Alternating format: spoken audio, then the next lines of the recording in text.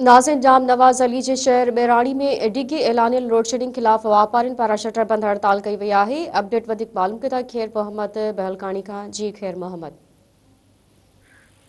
जी sir जी, बैरानी में जो 16 का 18 कलाक गैर ऐलान लोड शेडिंग खिलाफ अंजुमन ताजरान बैरानी के सदर रईस गुलाम अहमद मरी मीर मोहम्मद मंगसी जी जे हड़ताल जे लाइ ऐलान कयो वियो, जीअं त शहरनि जेको आहे मुकमल तौर ते जेको आहे शटर बंद हड़ताल करे जेको आहे चौक खां एहतजाज जी रैली कढी जेका प्रेस क्लब ताईं पहुती।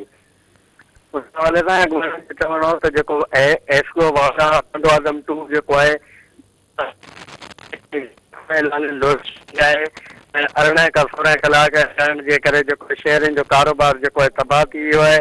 उन हवाले सां जेको असां एहतजाज करे रहिया आहियूं। अगरि जे ऐलान लोड शेडिंग जेका गैर ऐलान लोड शेडिंग ख़तमु न कई वई त जेको एहतजाज जो दाइरो वसी कयो वेंदो। खैर मोहम्मद अपडेट ॾियण जे लाइ महिरबानी।